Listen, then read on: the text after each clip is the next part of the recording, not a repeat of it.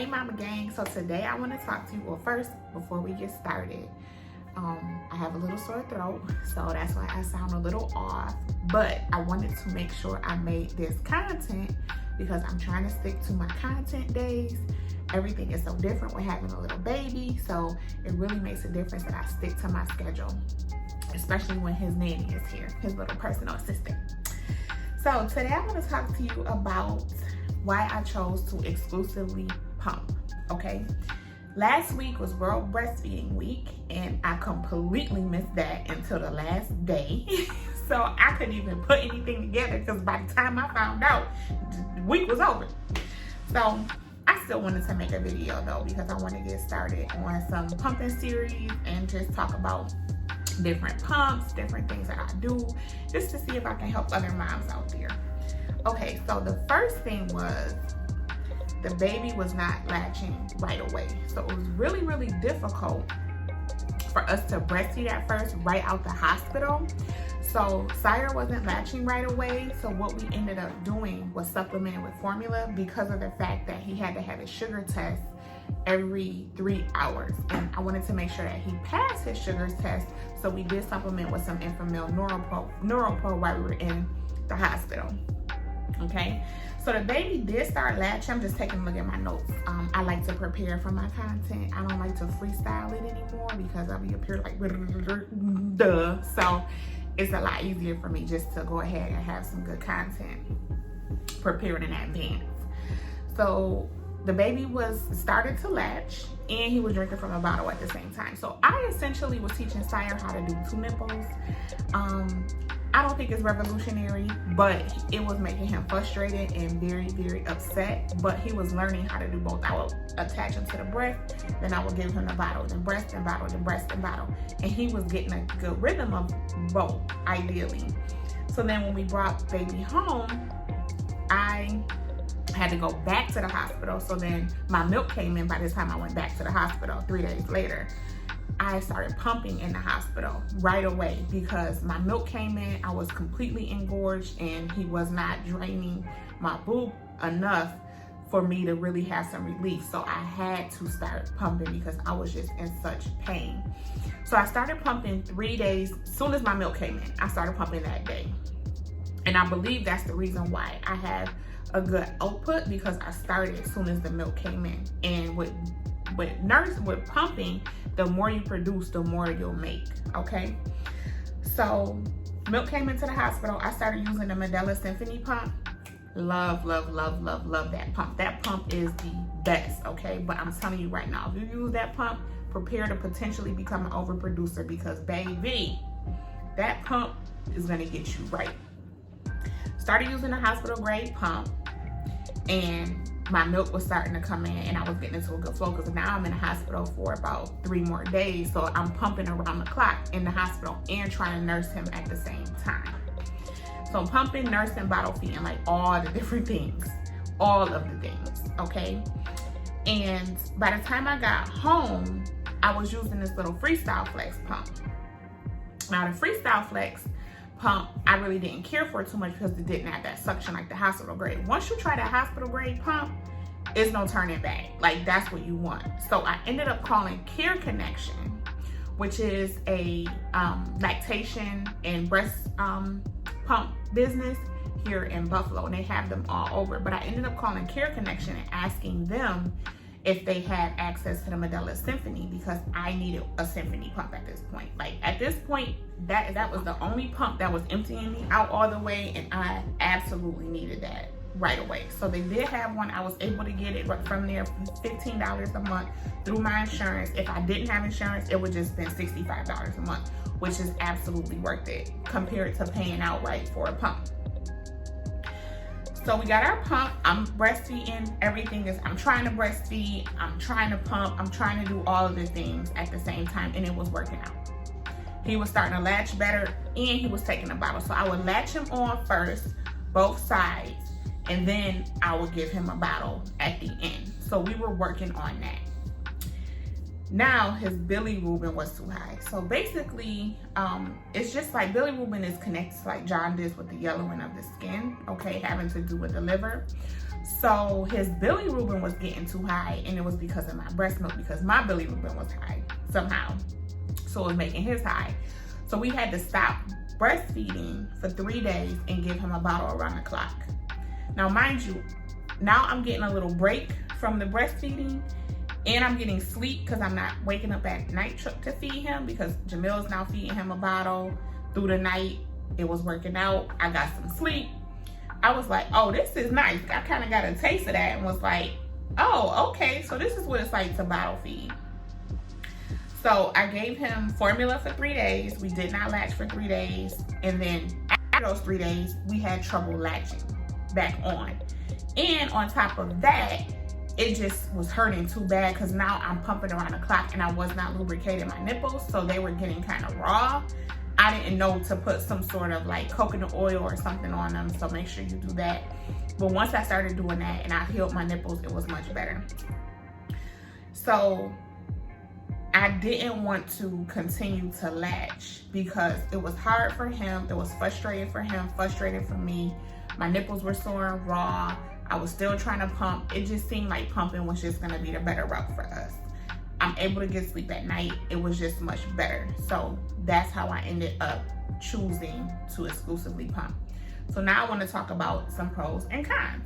Now these pros are pros, honestly, that I found for me, and I wanted to kind of fact check them. So I did go online and just kind of Google some pros and cons, and I was pretty much pretty much on par with the exact pros and cons that they had online. Maybe I have a little bit more. So some of the pros for me, or maybe I should start with the cons. Yeah, let's end on a positive note. Let's start with some of the cons. Now you can always wash pump parts. I wash pump parts all day long. I have 4 sets of pump parts. I have some wearable pumps as well. So it's just, but my main pump parts that I use if I'm not out and about, I have 4 sets. So that way I can pump 4 different times during the day, and then I wash them at the end. So what I'll do is I'll do a first pump. I'll quickly rinse out everything because I don't like that milk to sit up in there and dry. You know, they do have like the bottle soap that you can use, Dabble bottle soap, to get rid of the milk stains or whatever. But I don't like milk. It just freaks me out. So I rinse everything real quick. Then I just pile it in a pot. By the time I'm done with that 4th pump for the day, I wash everything. I was washing everything as I went, and it was just too much. So I let it pile up, and then I go ahead, sanitize my sink with some Clorox, because they say you shouldn't wash your pump parts inside the sink because it's germs, but Clorox kills everything. So I go ahead and Clorox everything down. When I had a small amount of pump parts, I was able to wash in a small basin, but now I have all these pump parts, I gotta use the sink. Make sure I Clorox it before and after both sinks, and I feel totally fine. Siren's been fine, hasn't been sick, hasn't been having a problem, so it's been okay.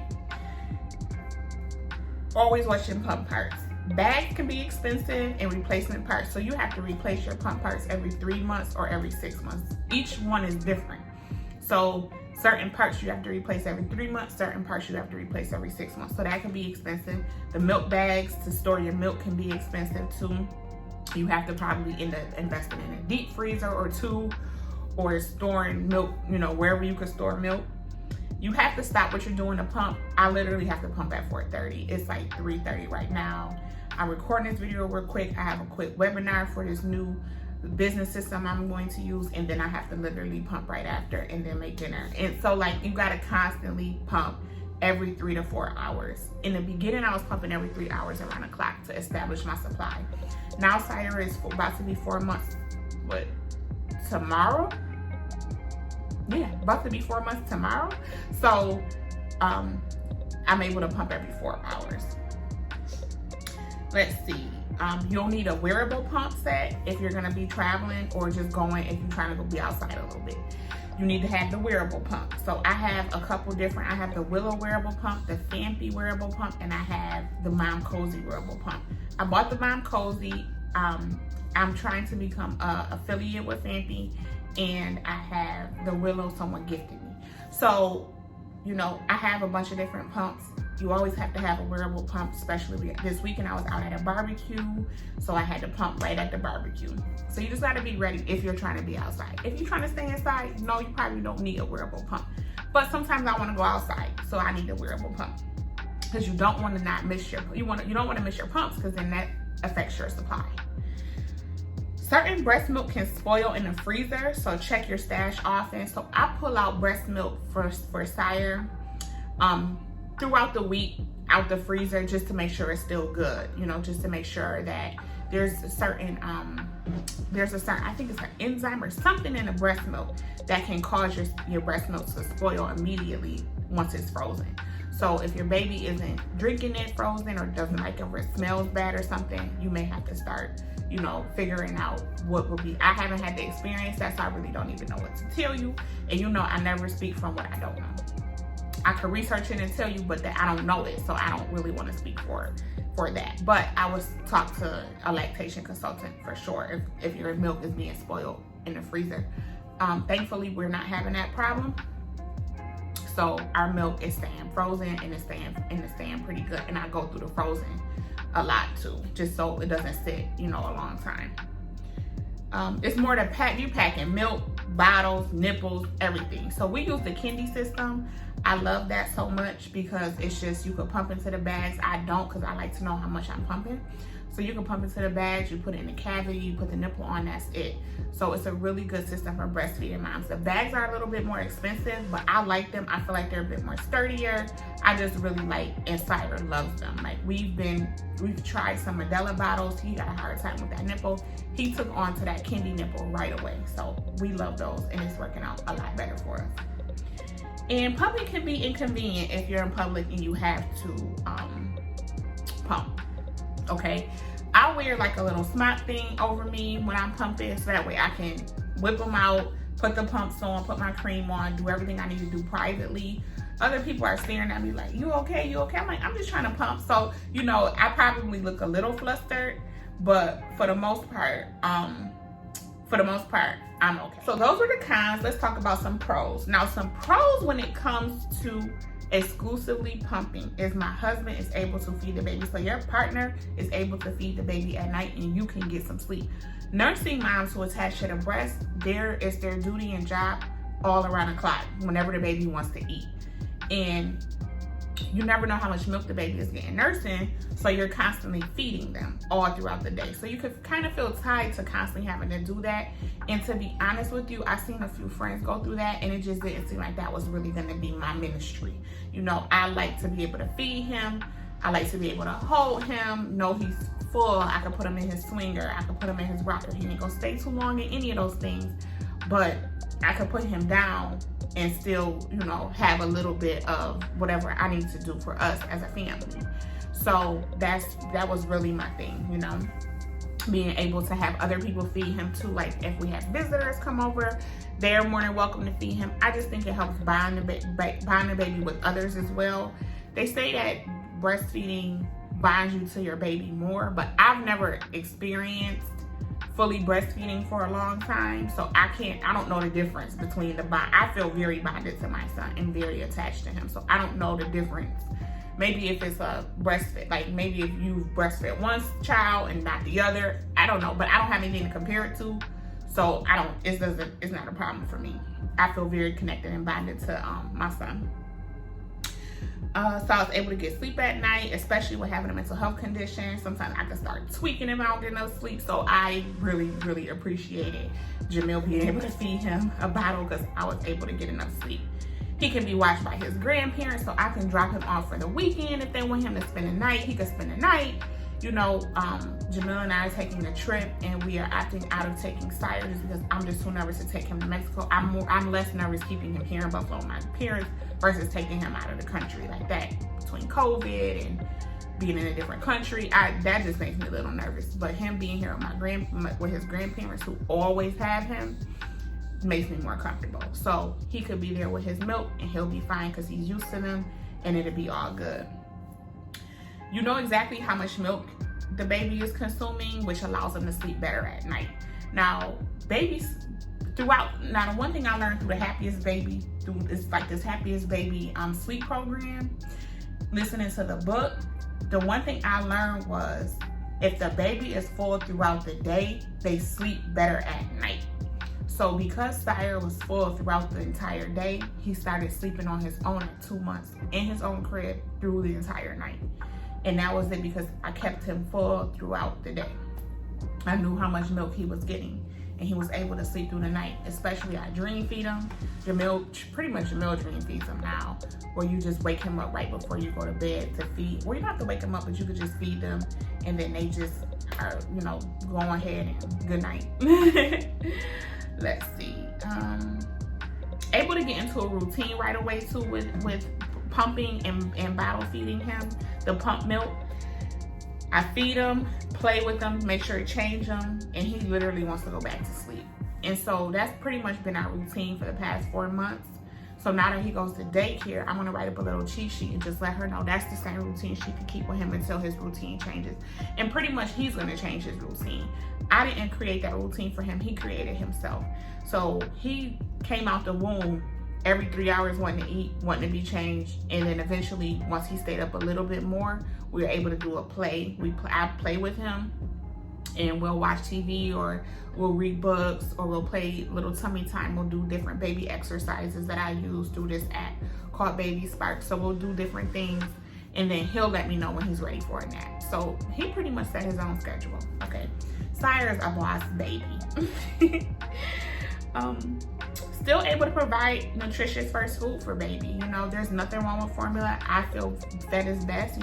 As long as the baby is fed and happy, that's the best thing. But if you want to give your baby breast milk and you're not able to nurse for some reason, pumping is a viable option as well. And I'm really grateful that I've been able to pump as long as I have. It's a lot of work. Trust me. And it always is like those 4, now I'm at 4 hours, which made a big difference for me from every 3. It always seems like it's time for me to pump, because when I'm done with this, I gotta pump. Okay, and then I'll do a couple more things, and then it'll be time to do my night pump. So for me, I pump about 4 to 5 times a day, which before I was pumping up to 8 times a day. So it's the more you pump, and the older your baby gets, the less you have to pump, if that makes sense. You definitely get more me time. I can have a babysitter for my son, someone close and trusted. I can leave him with his father, with his grandparents. I can have a little me time. The baby isn't on me all day 100% of the time. I can kind of maneuver how I like, which is nice. I waited to have a baby till I was 36. So I had a lot of life before me. I remember a lot of life before my son.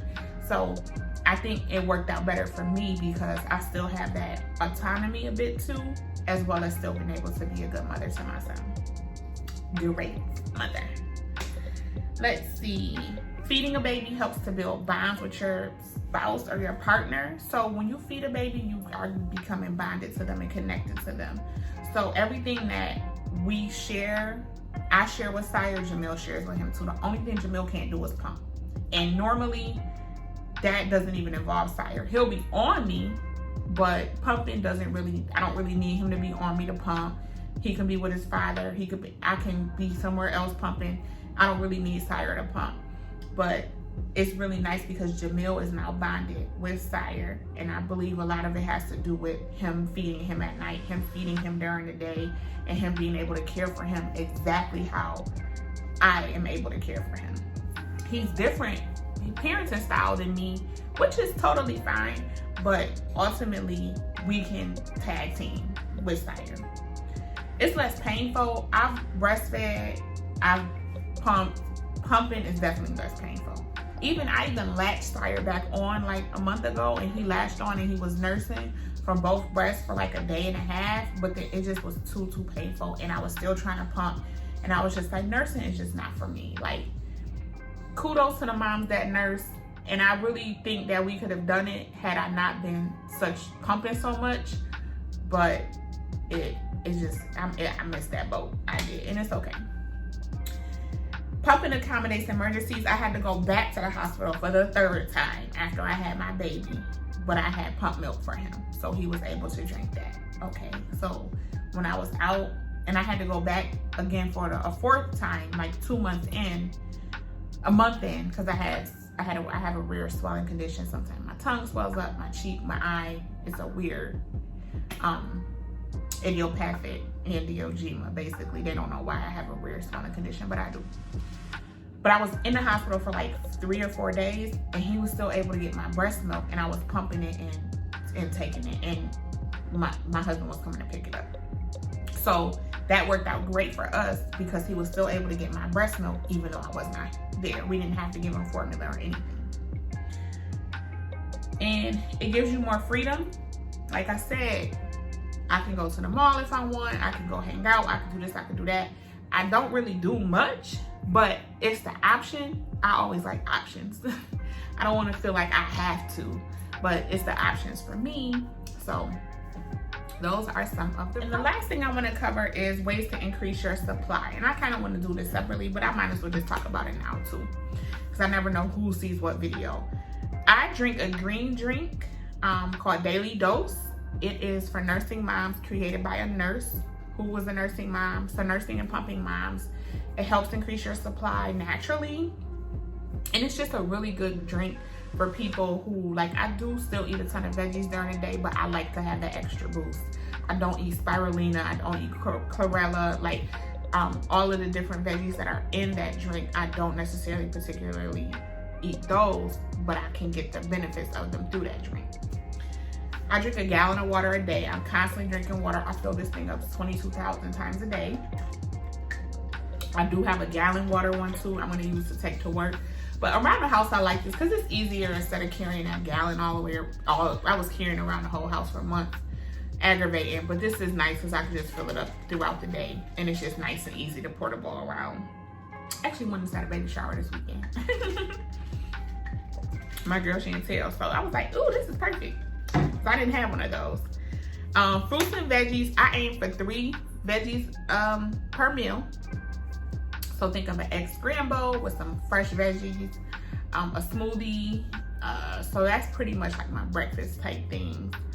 And for lunch and for dinner, I try to have 3. And then fruits, I try to have at least 3 fruits a day. I would love to do more fruits, but I trying to not to consume so much sugar. So between my dietitian and I, she was like, 1 to 3 is pretty much good. More so on the one side, but I'm like, girl, I love fruit. Now I'm gonna eat fruit. The more you empty, the more you produce. So for example, if you pump every 2 hours, you're gonna really start building up your supply. You pump every 3 hours. So every 2 to 3 hours in the beginning is what is recommended to start pumping. But as your baby gets older, you can lower the pumps down to about 4 hours. It's like the max you should do. Then eventually, when you are starting to wean yourself, then people only pump maybe once or twice a day. I don't know what it is for nursing. Talk to a lactation consultant. I know some people like pump once at the morning, once at night, and then they nurse throughout the day, or they only pump in the morning. I don't know. I don't nurse. I'm exclusively pumping, but I pump every 4 hours throughout the day. Overnight, not once. So I miss one overnight. I don't pump it overnight at all. So let's see. So yeah, there aren't any surefire ways to increase your supply. And this, again, is not medical. I'm not a medical expert. I'm not a lactation consultant. I should have said this before, but I'm saying it now. I'm not a lactation consultant. You need to see a lactation consultant for your own specific situation. But I know for me, what worked was drinking that green drink, drinking a gallon of water, eating fruits and veggies, and emptying out more. So once I started pumping consistently, that's when I started producing more. Even overnight, okay? But now that I have an established supply, I don't have to pump overnight. Thank God. I could. And sometimes if I wake up and I'm really engorged, I will pump, but normally I just try to stretch it out until I wake up that first. But then now I'm like, because I'm hurting, so I should pump, but you know, I'm working on that. So overall, I'm happy with the choice to become an exclusive pumper. My baby is chunky. He's happy, he's healthy, he loves mama's milk. I'm very grateful to be able to produce enough milk for him and pretty much other babies too. I could send it up to the NICU and all of this other stuff because I do have a good supply of it. But for right now, it's enough for what we need. So I really want, like, once it starts really taking over, then I was see about where I can do it. But for now, it's a manageable supply for us. I'm very proud of my stash. Ultimately, we're gonna go back to work soon. So I was gonna have to start pumping anyway. So it just started a lot sooner than what I thought. You know, they say you could start pumping 3 weeks into nursing, but it just seems like from my experience talking to different mothers, either they're like nursing or pumping or nursing. And it just seems like it's hard for them to try to get a hang of both. And with their supply and all of this other stuff. So I think because I started exclusively pumping 3 days in, it really boosted my supply and it really allowed me to just have a good milk supply. So for any mothers there that's on a fence, I would say try nursing out first just to see. But if it doesn't work for you, exclusively pump. It's working out great for us. And if you are one of those moms who like, I love seeing all the breast milk stashes and how much milk people are able to produce. Whew, it's a lot. As an overproducer, it's a lot to deal with. But it makes me happy that he'll have enough milk and that we can continue forward. So thank you, Mama Gang, for tuning in. I hope you really enjoyed this video. Please like, comment, subscribe, and share to help me grow my channel. Please share with a pregnant mom. Please share with a nursing or breastfeeding mom. And again, breastfeeding is nursing and pumping. It's all considered breastfeeding. Okay, last week was National Breastfeeding Week or World Breastfeeding Week. So shout out to all the moms that's nursing. Shout out to all the moms that's pumping. Shout out to all the moms that's breastfeeding. And still shout out to the moms that's formula feeding, because y'all feeding y'all babies and that's all that matters, period. Pooh. Hand over your heart. May you be happy. May you be healthy. May you be at peace. May you be safe. I know that switches up every week. Namaste.